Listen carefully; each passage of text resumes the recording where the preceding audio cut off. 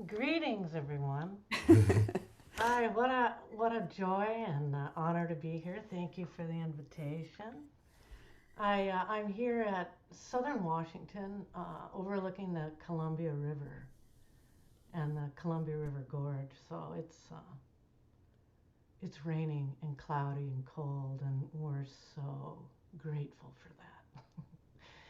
So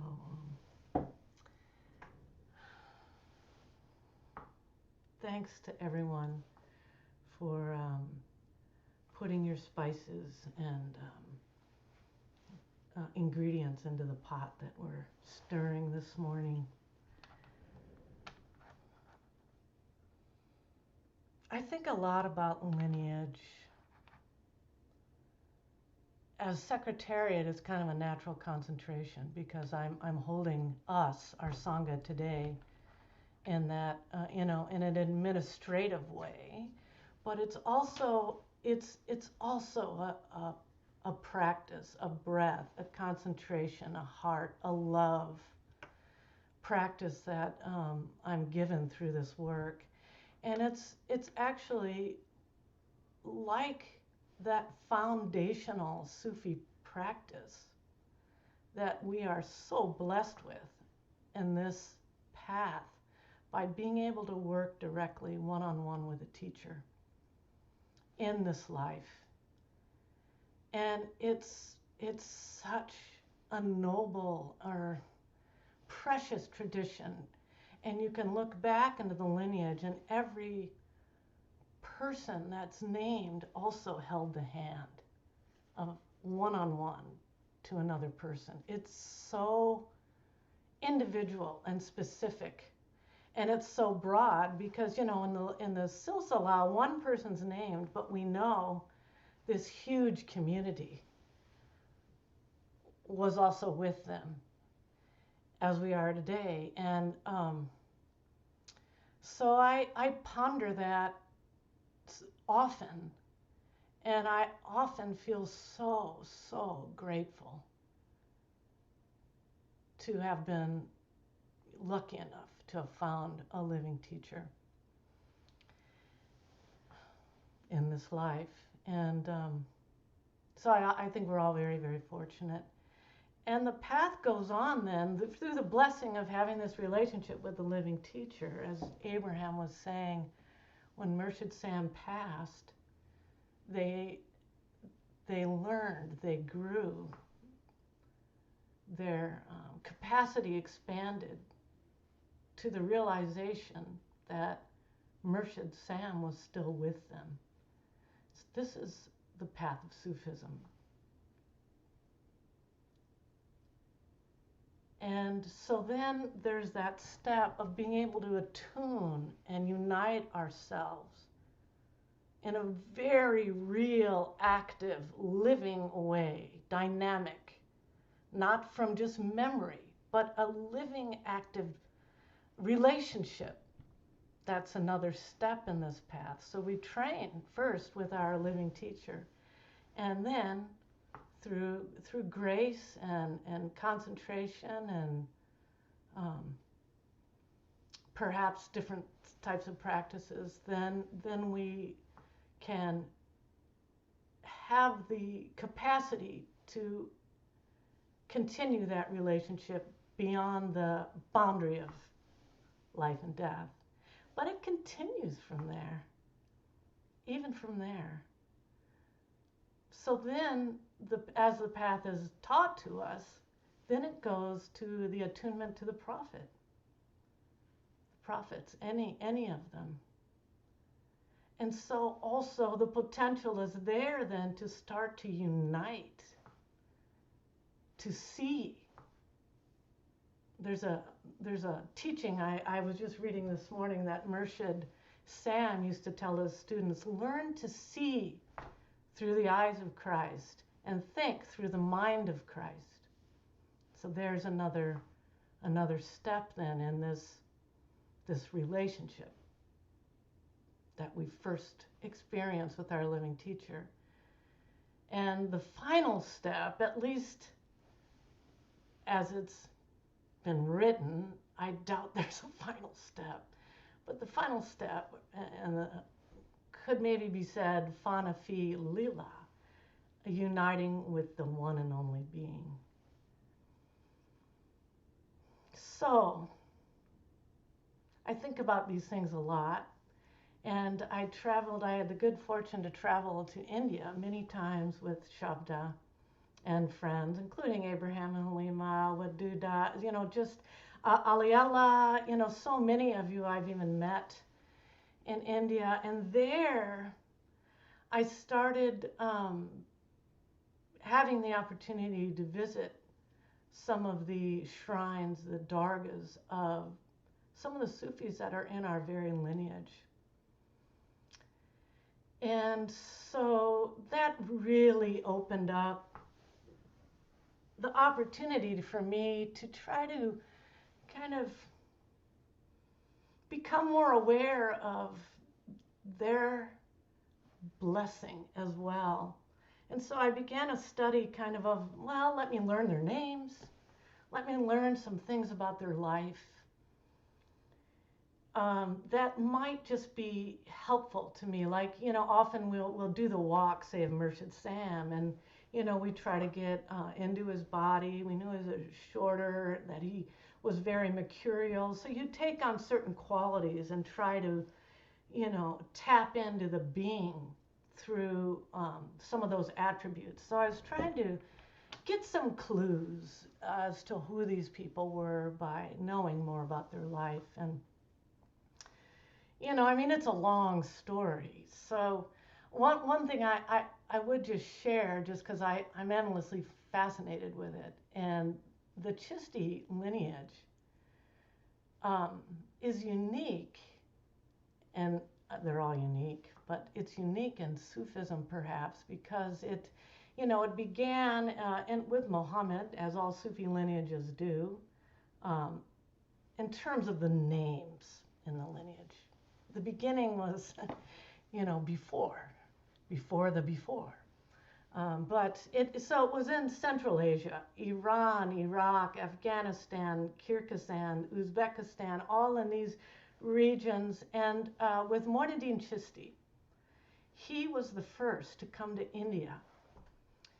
And when he brought that lineage to India, that is when it became uniquely identified with dance and music and poetry. There was some of the tradition that, some people at the time were saying there should be no dance, it should be a very austere, sober kind of practice. But Muhyiddin Chisti had a different feeling about it, and he loved music. So when it came to India, then it started melding with so much of the Indian traditions and even the yogi practices and stuff. And there was 4, at least this is who I'm going to sing about today, 4 great beings who attracted just so many people and attracted a Sangha around them that wasn't limited to wealth or poverty or male or female or even limited by what religion. They were just these magnificent hearts with just a great magnetism that attracted. And they actually, even were a bit of definitely something that all the politicians, the emperors and the sultans of the time really had to reckon with because their influence was so strong.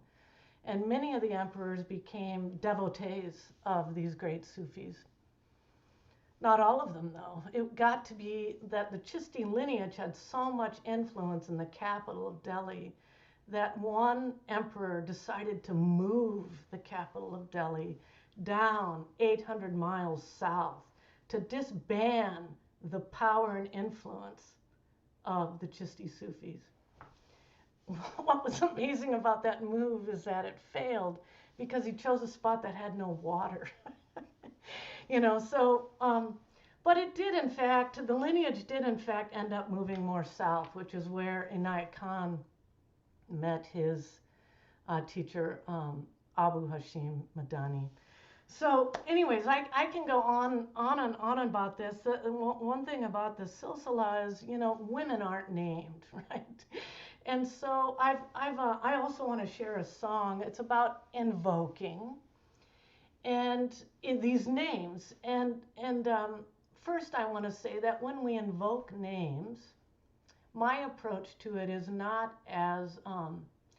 in an like I'm idolizing them necessarily. I'm trying to merge with their being. Um, I I try to have a sense of reverence and honoring, but not like like there's some supernatural being separate, impossible to be with. So I just want to kind of clarify my approach to the invocation of the name. It's like an invitation to, merge, to come in, to know you better. We have to ask, we have to want, we have to, seek in order to receive. And there is grace, there is grace. Sometimes these things happen without, that effort. But it helps to ask. So, but as I was saying about the women, they're always there, but they're not always named. And in our silsila, um, we do have Murshida Rabia Martin, that she's not actually named in our silsila, but in our Sangha, Inayat Khan recognized her as the very first Murshid in the Western world. So I'm going to invoke Rabia. I'm also going to invoke another Rabia, Rabia of Basra, Iraq. She lived in the year 731, and she's still remembered. She was so extraordinary. I mean, women aren't even named, but she was so extraordinary that she's still renowned and remembered. She was a poet and a very deep mystic. In our own lineage, there was a woman named Bibi Fatima Sam, and she was a disciple of Baba Farid. And at the time, this is in Delhi, they would have meetings of, the ones that had influence. They would have these councils and meetings, maybe like we do now. And one time, Bibi Fatima joined the meeting. And all the men were like, what is she doing here? She's a woman. And Baba Farid said, when a lion walks out of the forest and into the view, no one asks if they're male or female. So again, her being was so powerful that she could not be denied. So we remember her. We know her name. We also remember the name of Nizamuddin, Alia's mother, Bibi Zuleika. So I'm going to invoke these women just to, just an acknowledgement that the Sangha is huge and included everyone. We also have our modern lineage. We have Murshida Rabia, we had Murshida Viracorda, we have Murshida Kameh, we have Murshida Khadija. Many of these people were friends of ours living. We can invoke them too. They're all, lights and guides and helpers on this path. So I use the two words on this song, the two wazifas, Ya Nur, the light, and Ya Munawar, bringing that light into our own body and trying to be a vessel for it, the one who illuminates. I have it written out here. I'm a very visual person, so when I lead dances and stuff, I make all these cards, and so that people can see the words written. Sometimes they stick better for me. Ya Nur and Ya Munawar, the light and the one who illuminates. And light is often associated with guidance as well. So, all right, without further ado.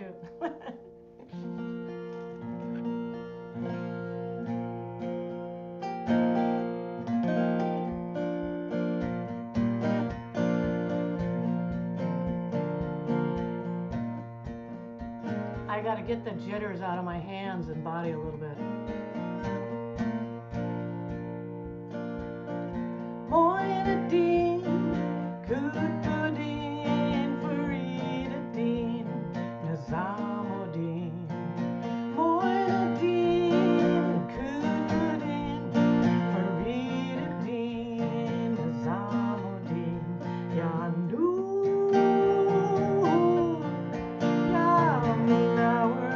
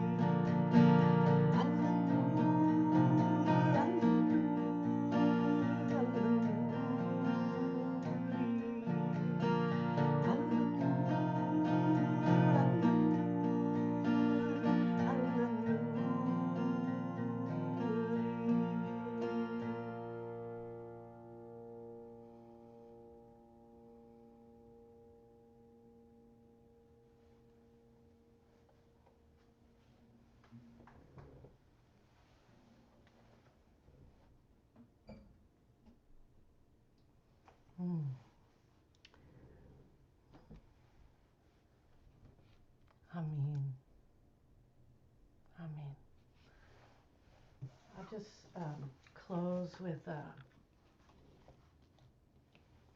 something that Pure Immersion and Khan wrote to his first Murshida Rabia. All the praise of your advancement in this line is due to our masters in the chain who are sending the vibrations of their joy, love, and peace. MashaAllah, so be it.